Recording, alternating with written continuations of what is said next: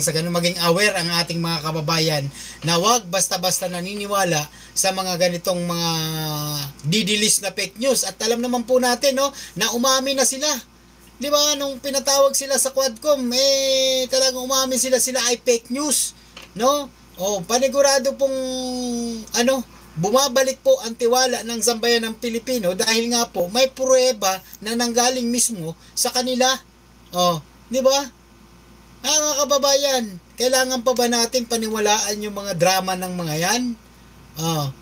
Di ba? Alam naman natin yung mga yan, matindi gumawa ng ka-fake newsan, matindi magkwento, no? Ng ka-fake newsan, matindi gumawa ng kung ano-anong paninira sa ating presidenteng Bongbong Marcos. Wala nga yun sila maibanat sa ating Pangulong Bongbong Marcos, di ba? Nag-aantay lang sila, mga kababayan, ng magkamali ang ating Pangulo, no? Kasi mga bulag po yan, no? Mga bulag po yan sa mga nagagawa ng Pangulo, di ba? Ang dami, nasupalpal na sila patungkol doon sa 20 pesos nga lang na bigas, supalpal na sila doon, di ba? Ano pa, yung flood control na hinahanap nila, di ba? Supalpal din sila doon. Ano pa, di ba? Marami silang ini-issue sa ating Pangulo na tahimik lang ang Pangulo natin, nagtatrabaho, pero pagdating, mga kababayan, supalpal sa kanila ang ginawa ng Pangulo. Di ba? Kaya yung mga yan, kumbaga, tahimik lang yan ngayon, pero panigurado pag may katulad nga nito, tingnan mo, wala silang masilip kay BBM. Si First Lady ngayon ang kanilang tinitira, no? Good evening, boss. Ayun, galing kay Loreto Doña ba to? Doña Junior. Shoutout po sa inyo. Good morning, good afternoon po sa atin lahat dito sa bansang Pilipinas. Good afternoon sa ating mga kababayan. Tuloy natin, mga kababayan. Dinadawit kasi nila sa FL. Di ba? Dinadawit nila. Itong palabas na to ng mga DDS ngayon, parang lang to, pulburo ni PBBM. Correct. Wala silang ebidensya. Correct. Si First Lady, pagkakaalam po siya, namalagi doon sa Beverly Hilton. Namalagi siya doon sa Waldorf Astoria Hotel. At hindi dyan sa Beverly Hilton. Talagang idinadawit lang nila etong si First Lady para masira. Di ba? Huwag tayo basta-basta maniniwala. Dito, kasi mga kababayan, kasi ito talaga. Kasi nakakatunog sila, mga kababayan. Sinisira nila ng maaga ang First Lady kasi, bakit? Malagay nyo, mga kababayan, hulaan nyo, mag-comment kayo.